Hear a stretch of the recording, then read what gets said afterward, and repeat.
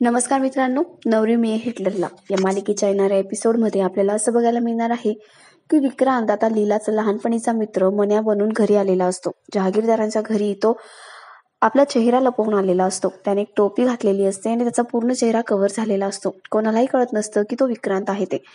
बाहेर सगळेजण आलेले असतात लीलाचा असा कुठला मित्र आहे ते बघण्यासाठी. तेवढ्यात लीला सुद्धा तिथे येते आणि मन्याने म्हणजेच विक्रांतने चक्क लीलासाठी आईस्क्रीम आणलेलं असतं आणि तो म्हणतो घे लीला, मला तुला आईस्क्रीम द्यायचं होतं आणि तुला खायचं होतं ना आईस्क्रीम, म्हणून मी आणलाय. आता एजे सुद्धा तिथे असतात. लीला काहीच बोलू शकत नाही. तिला कळत नसतं की हा माझा मित्र तर कोणी नाहीये, पण हा इथे आईस्क्रीम कसं घेऊन आला ते. पण ती काहीच बोलू शकत नसते. ती आता त्याच्या हातातून आईस्क्रीम घेते आणि ते आईस्क्रीम खायला लागते. एजे म्हणतात, हे बघ लीला, ते आईस्क्रीम खाण्याची गरज नाहीये, थंडीचे दिवस चालू आहे, तुला त्रास होईल, सर्दी होईल.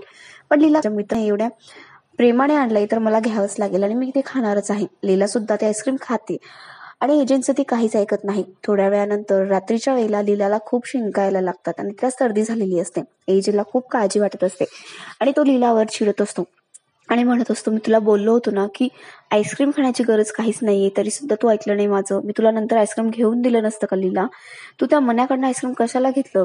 त्यावर लीला आता काहीच बोलत नसते. तिला कळत नसतं एजे एवढ्या छोट्याशा गोष्टीवरून एवढे का चिडता येते. पण एजेंना खरंच लीलाची काळजी असते आणि म्हणून ते चिडत असतात. आता लीलाचे पाय ते आपल्या मांडीवरती ठेवतात आणि तिच्या पायामध्ये स्वतःच्या हाताने सॉक्स वगैरे घालत असतात. तिची खूप काळजी घेत असतात. हे बघून लीला खूप भारावून गेलेली असते आणि तिच्या डोळ्यातून पाणी आलेलं असतं. एजे आपली किती काळजी घेत आहे हे तिला दिसत असतं आणि फक्त काळजीच घेत नाही तर एजेंच्या मनामध्ये आपल्यासाठी खूप प्रेम आहे हे सुद्धा तिला कळलेलं असतं.